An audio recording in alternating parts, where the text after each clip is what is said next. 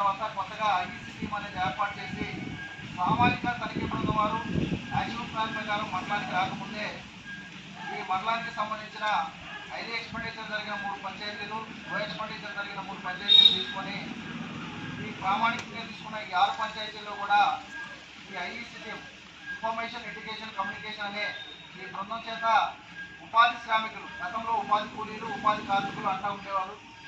అయితే కుటుంబ ప్రభుత్వం వచ్చిన తర్వాత గౌరవ ఉప ముఖ్యమంత్రి గారు, అదేవిధంగా పంచాయతీరాజ్ శాఖ మంత్రిత్వ శాఖ నుంచి ఉపాధి శ్రామికులు అనాలని నామకరణం అనేది చేయడం జరిగింది. అప్పటి నుంచి కూడా ఉపాధి కూలీలని, ఉపాధి వేతనదారుని ఉపాధి శ్రామికులుగా పిలువబడటం జరుగుతుంది. అయితే మహాత్మా గాంధీ జాతీయ గ్రామీణ ఉపాధి హామీ చట్టం గతంలో మొదటగా ఉన్నప్పుడు 80-100 రూపాయలతో రోజువారీ కనీస వేతనం ఉంటా ఉండేది. అయితే ఈ ఆర్థిక సంవత్సరం నుంచి కేంద్ర ప్రభుత్వం, రాష్ట్ర ప్రభుత్వం నిర్దేశించిన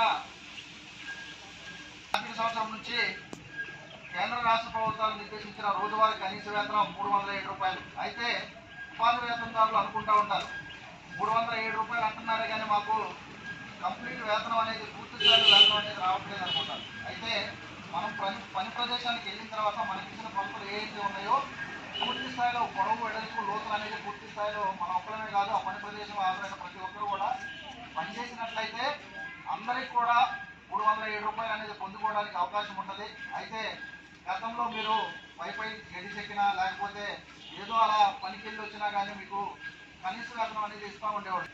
ఉపాధి హామీ పథకానికి సంబంధించి కేంద్ర ప్రభుత్వం నుంచి మనకి నిధులు ఎప్పుడైతే రాష్ట్ర ప్రభుత్వానికి చేస్తాయో అప్పుడు మన అకౌంట్లో నమోదం జరుగుతుంది. అయితే మనం ఈ వారంలో పనిచేసామంటే వచ్చే వారంలో మన పేర్ల పైన మనం ఎన్ని రోజులు ఆ వారంలో పనిచేస్తున్నాము అనే దాని గురించి మనకి ఎంతెంత వేతనాలు పడితే కొత్త ప్రకారం అనేది